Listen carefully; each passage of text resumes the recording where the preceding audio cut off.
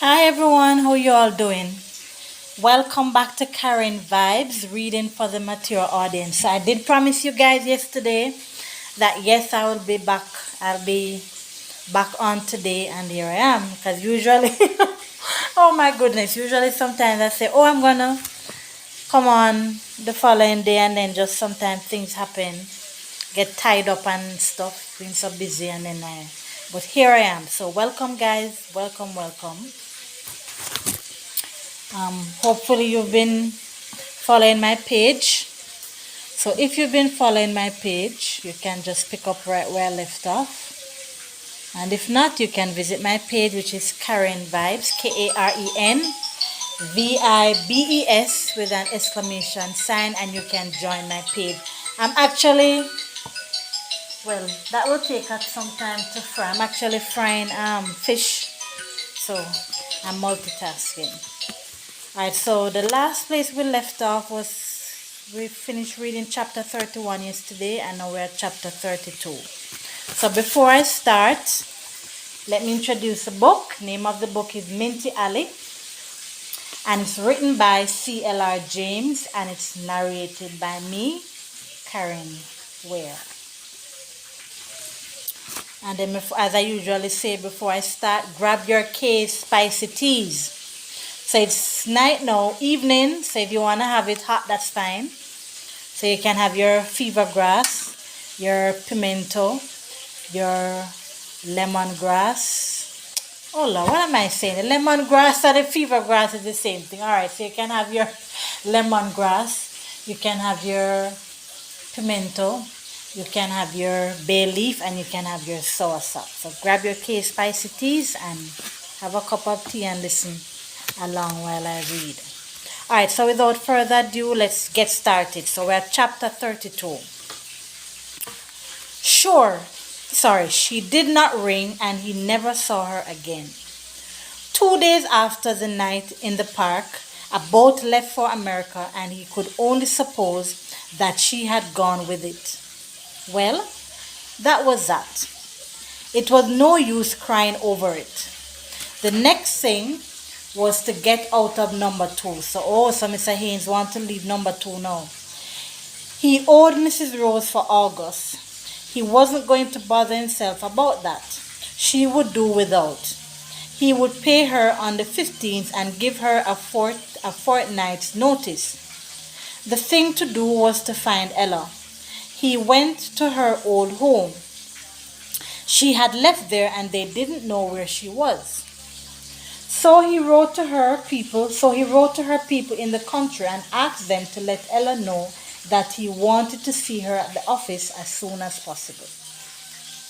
At number 2, work went on as usual, but the household was undergoing one of its reoccurring periods of gloom. Haynes met Mrs. Rose face to face one morning, and they greeted each other. Mrs. Rose, timid and appealing. Haynes, polite but firm. His resentment was almost gone, but he knew that without Maisie, number 2 was no place for him. If he were leaving, it was best to leave while this discord lasted. To soften the blow, he would tell her that the money she still owed him, she could pay at her convenience. On evenings, he could not stay in number 2 at all. Memories of Maisie seemed to haunt the place.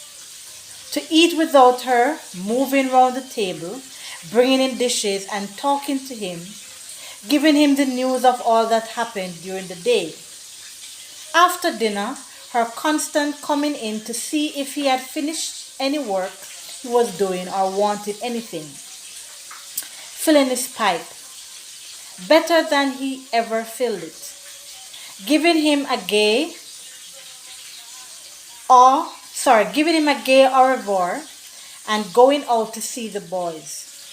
If Haynes was busy, the long lazy evenings when they sat and talked or she played the gramophone. So he's just reminiscing over things that Maisie used to do for him.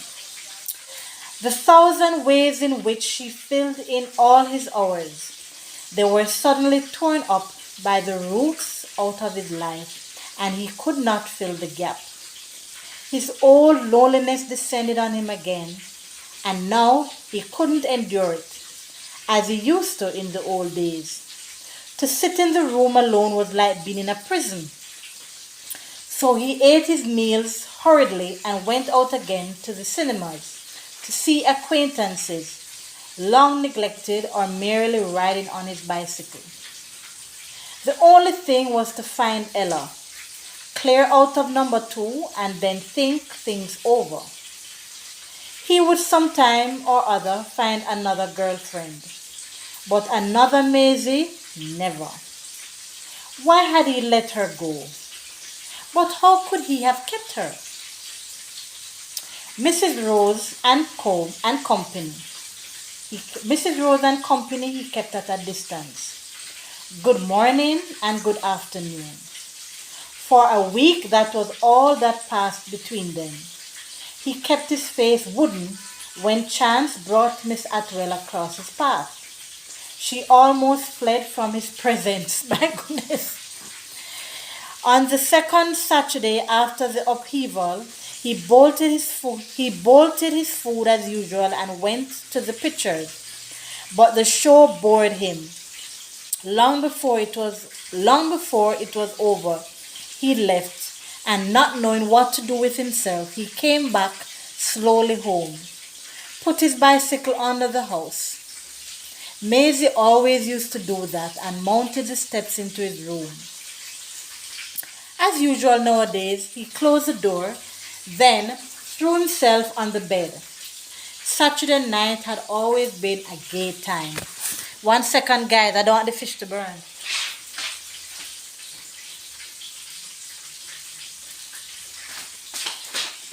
Okay, Saturday night had always been a gay time. Jokes, Mr. Haynes. Mr. Haynes, so this is what Maisie used to come in. Jokes, Mr. Haynes, news. Maisie was always at her most brilliant on Saturday nights. Then Sunday morning, lots of time and no work to do. The long drawn out lunch, he would miss Mrs. Rose's meals. Maisie would be nearing New York by now. He wondered if she were sleeping with the captain. There was a firm and decided knock at the door. Who the hell? He did not want to talk to anybody. Who is it? He asked without encouragement. It is me, Mr. Haynes, Mrs. Rose. I want to speak to you. The long-avoided explanation. Well, he would tell her tonight exactly what he was going to tell her on Monday. It was all ready. He opened the door. Come in, Mrs. Rose, he said, but his manner softened in spite of himself. I can't come in, Mr. Haynes, she said. Something was up, but something was always up in this wretched place, and he was jolly well tired of it. She had a shawl around her shoulders and didn't take it off. Mr. Haynes, I am in sore distress, and I don't know where to turn. You will help me. You will help me? I shall do all I can, Mrs. Rose. His conscience pricked him that he had not paid her the money. Undergo the urgency of her voice and manner, the last traces of his resentment vanished, and he felt a return of all his old regard and consideration for her. Mr. Haynes, she continued, Mr. Ben is in trouble. Always that Ben, he said to himself. He got a stroke a few days ago, and the nurse has left him. He has been in a room 2 days by himself. I'm only here this afternoon. I don't know what is happening to him.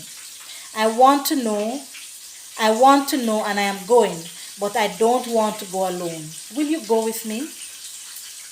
Haynes blew out his lamp immediately. Certainly, Mrs. Rose. Where is it? George Street. It was at the other end of town. I tell you what I shall do.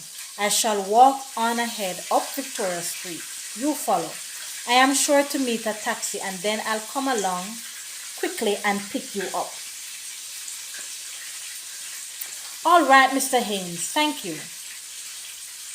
As Haynes hurried up the road and hailed a taxi, he thought of Maisie and what a glorious piece of news this would have been.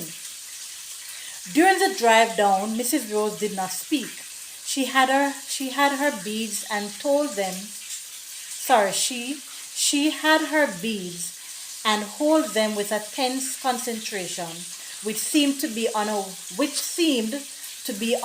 of him sitting at her side. Ben,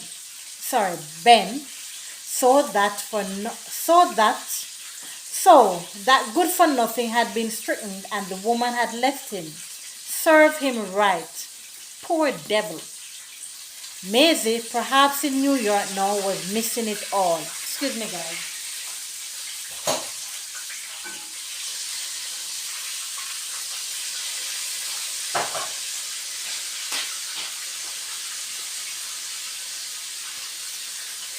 Oh, where did I stop? So that good for nothing had been stricken and the woman had left him. Serve him right.